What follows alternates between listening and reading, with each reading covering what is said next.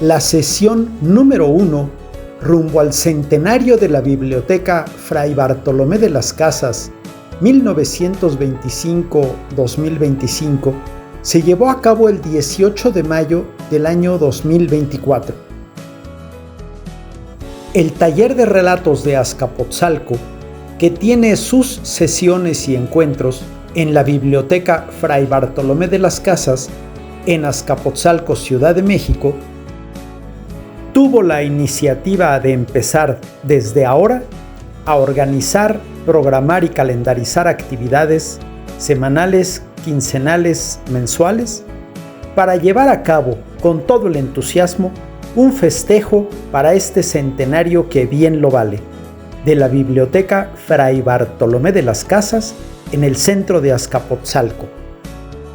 Los asistentes a esa sesión número 1 fueron Mari Carmen Pérez Mejía, quien coordina el taller, Martina Rodríguez García, Ana María García Alvarado, Virginia Hernández Vázquez, Alfredo Roque Ramos, Víctor Tamaris Salinas, Adrián González Cabrera, Miguel Ángel González y Martín Borboa Gómez.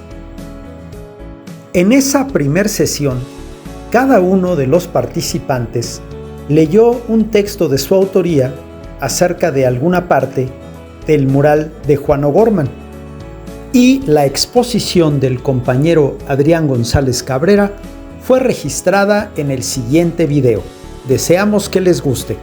Compañero Adrián, ¿nos puede en 5 minutos más o menos volver a dar un bosquejo de todo lo interesante que nos contó? Palabras clave para que memorice la época que le tocó vivir a Juan O'Gorman, la escuela que se fundó en la Casa de Moneda, el aspecto de Diego Rivera y Picasso, y finalmente todos los trucos que él tuvo para dejar aquí un interesantísimo mural que no fuera simplemente perfecto, sino que fuera más bien transmisor de ideas, y precisamente esas fallas a propósito en unas libertades artísticas que él se permitió con las perspectivas, etc.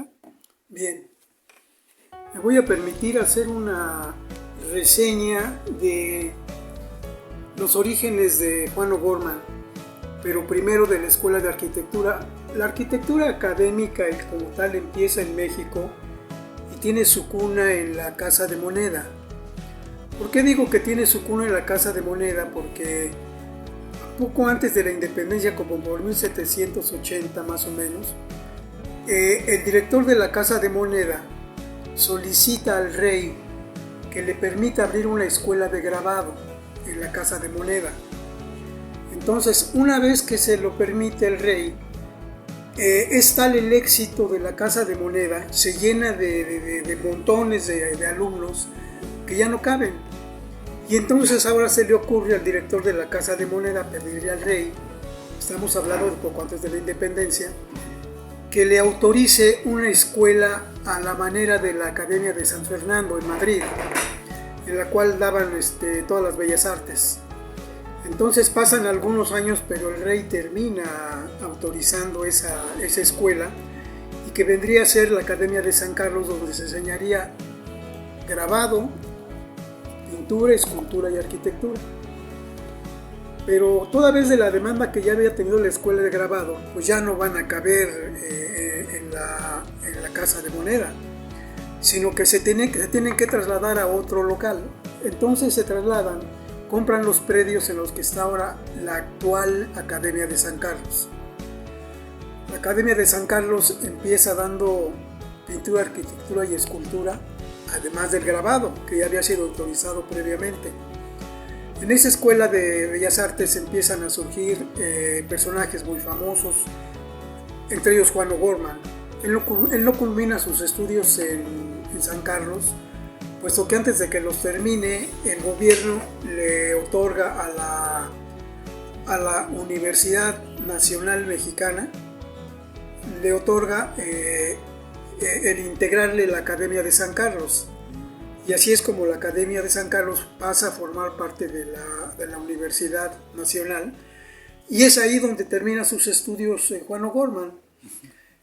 Juan O'Gorman fue formado en una escuela donde los primeros maestros que llegaron fueron ingenieros militares, que derivado de la revolución industrial, de la segunda revolución industrial, utilizaban muchísima tecnología y metales para hacer sus puentes.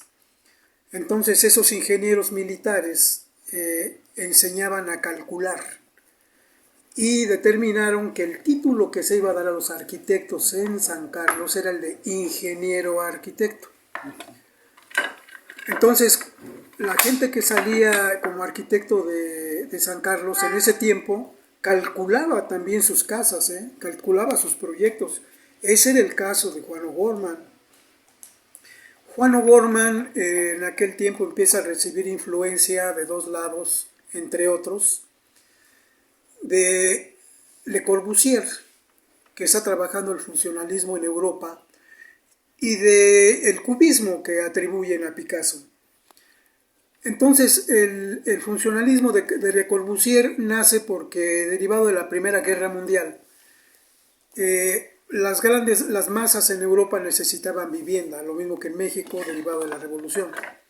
Entonces empiezan a construir muchas viviendas en serie, muchísimas viviendas en serie, pero muy económicas, sin adornos, sin cosas superfluas, de menor tamaño, olvidándose de todo lo que había sido el porfirismo.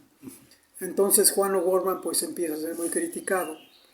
Entre otras, sus obras más conocidas actualmente son la casa de sus papás en Altavista, la casa de Diego Rivera en Altavista y la de Frida Kahlo en Altavista.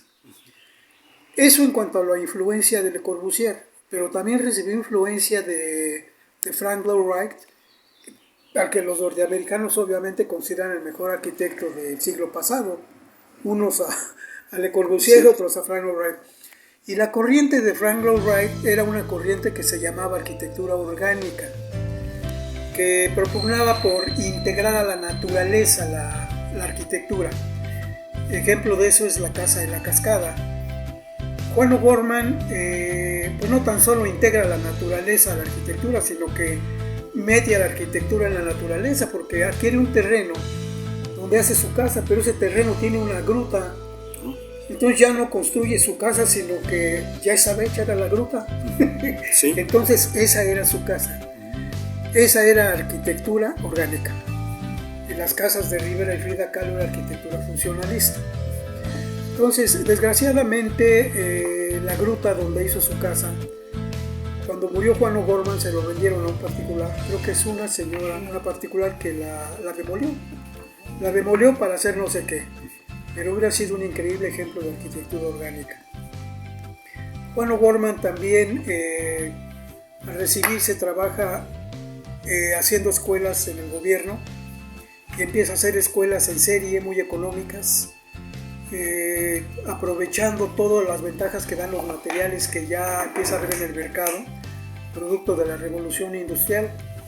Entiendo que él hacía 3 escuelas del mismo tamaño, con el costo de una del mismo tamaño que hacían en la época de Porfirio, entre ellos Santa Cilia, que era uno de los arquitectos favoritos para hacer ese tipo de escuelas. Santa Cilia era bisnieto de Benito Juárez. Bien, entonces Juan O'Gorman en un momento dado empieza a ser muy atacado por el funcionalismo, y sobre todo, creo yo, porque en un momento dado empieza a formular los programas de estudios de la Escuela de Arquitectura del Politécnico, y además da clases como maestro. Entonces, en ese tiempo las cuestiones políticas, que no me voy a meter en ese rollo, sí, simple y sencillamente eran bandos encontrados. Ahora eres de este bando, pues ahí te van nuestros ataques, ¿no? Sí. Y empezaron, entiendo, a demoler las obras de Juan O'Gorman, calificándolas de horrorosas, de que eso ni siquiera era arquitectura, y se empieza a deprimir. Entonces él ya había empezado a trabajar el muralismo, y empieza a generar un muralismo de tipo, voy a denominarlo geométrico, donde se refleja su formación de arquitecto.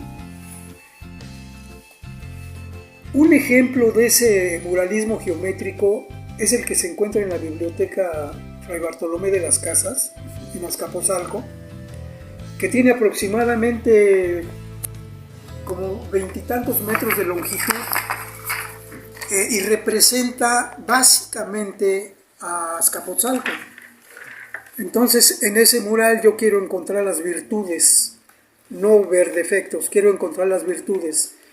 Y así interpreto yo que, habiendo sido uno de los arquitectos plásticos más famosos de México, junto con Matías Geritz, que era alemán, las cosas que yo anteriormente de repente veía como mal hechas, creo que ahora siento realmente que son detalles plásticos en los cuales se encuentra influencia también del cubismo.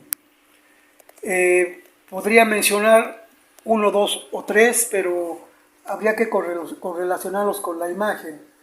Entonces simplemente mencionaré que en 2 horas que he estado aquí encontré 4 que parecieran fallas de perspectiva, pero en mi opinión no lo son. En mi opinión son elementos plásticos que él a propósito hizo así para dejar mensajes a la posteridad.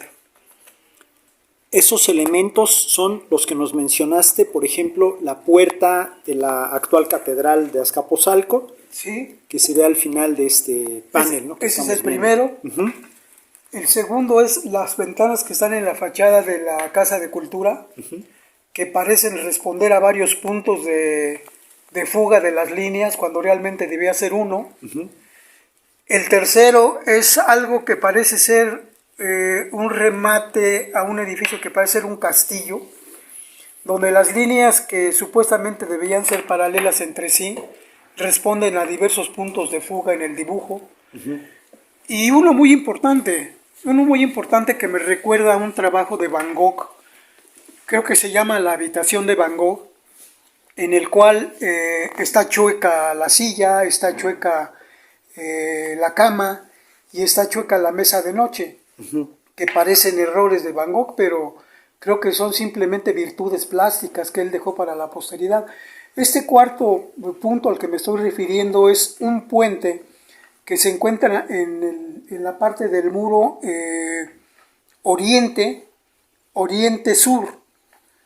Es un arco que soporta un camino por encima donde se supone pasan carretas, caballos, pero curiosamente se ve la parte superior del arco, que es el camino, pero a la vez se ve la parte inferior del arco, lo que sería la bóveda del arco. Uh-huh. Entonces simultáneamente está viendo allí 2 puntos de perspectiva. Entonces creo que esa es una de las características del cubismo. Por eso creo que no son errores, sino son virtudes plásticas, mensajes para la posteridad de Juan O'Gorman. Nos mencionabas este ejemplo de ese puente como la 4ª dimensión. Efectivamente, en la Tierra hay hasta el momento en el aspecto gráfico, en las artes gráficas, 4 dimensiones, que yo sepa. Uh-huh. Una dimensión es una simple línea. 2 dimensiones es un simple cuadrado. 3 dimensiones es un simple cubo.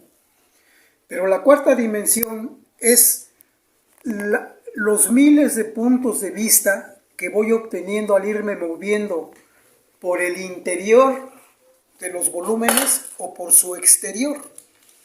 Entonces, en mi recorrido voy viendo miles de puntos de vista. Ya ese conjunto de miles de puntos de vista, yo lo conozco como 4ª dimensión. Bien. Adrián, muchísimas gracias. Tu profesión es ser arquitecto. Eras arquitecto. Bueno, pero fue la carrera que cursaste. Claro, sí. Muy bien. Bueno, pues muchas gracias por esta participación oral y en vivo para lo que es el taller de relatos de Azcapotzalco en este sábado de mayo 2024. Sí. Gracias.